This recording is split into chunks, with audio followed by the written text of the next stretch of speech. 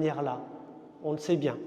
Cette croix, vous voyez, elle est un petit peu particulière, elle a plein de petites fleurs dessus. Et si jamais vous vous approchez, vous allez voir qu'il y a des prénoms inscrits sur ces fleurs.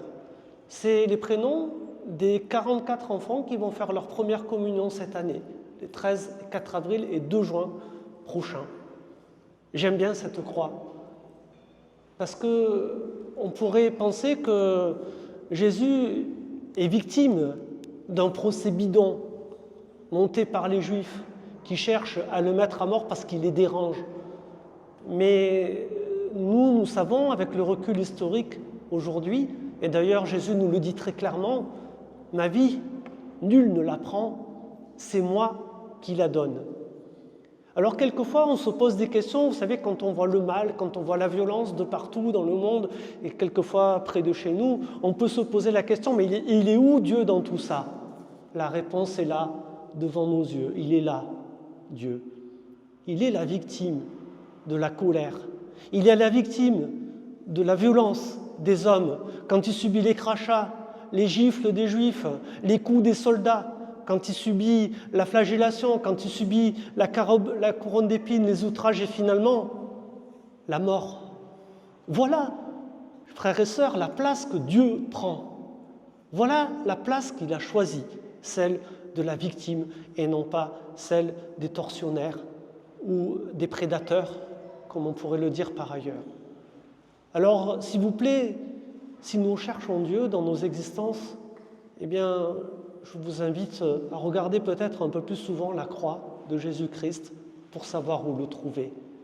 Voilà le chemin que Jésus a choisi, et il n'est pas neutre ce chemin. Si Jésus accepte de donner sa vie, c'est pour nous montrer jusqu'à quel point nous sommes aimés de la part de Dieu. À quel point le Seigneur nous aime. Regardez la force, la puissance de cet amour qui va jusqu'à donner sa propre vie pour nous montrer jusqu'où va l'amour de Dieu pour chacun de nous. Et ça, frères et sœurs, c'est un fabuleux cadeau que nous célébrons encore aujourd'hui. C'est pour ça que j'ai mis cette croix avec toutes ces fleurs.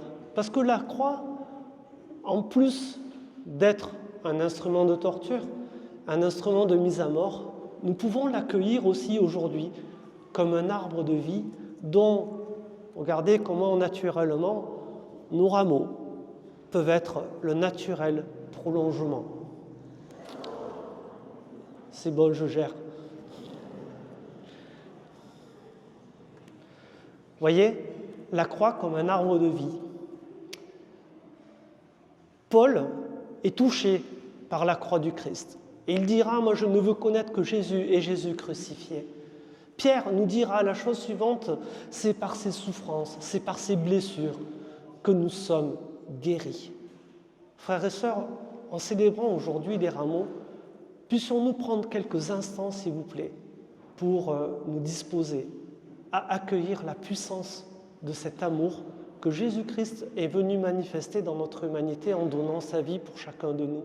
Puissions-nous ouvrir notre cœur à la puissance de cet amour et que cet amour puisse être en chacun de nous force de guérison pour ceux qui ont besoin d'être guéris, force de consolation pour toutes celles et ceux qui ont besoin d'être consolés, force de pardon pour tous qui ont besoin de se réconcilier. Que nous puissions aujourd'hui encore, par ces rameaux, accueillir toute la puissance et la force de cet amour de Dieu pour nous soutenir dans tout ce que nous sommes. Amen.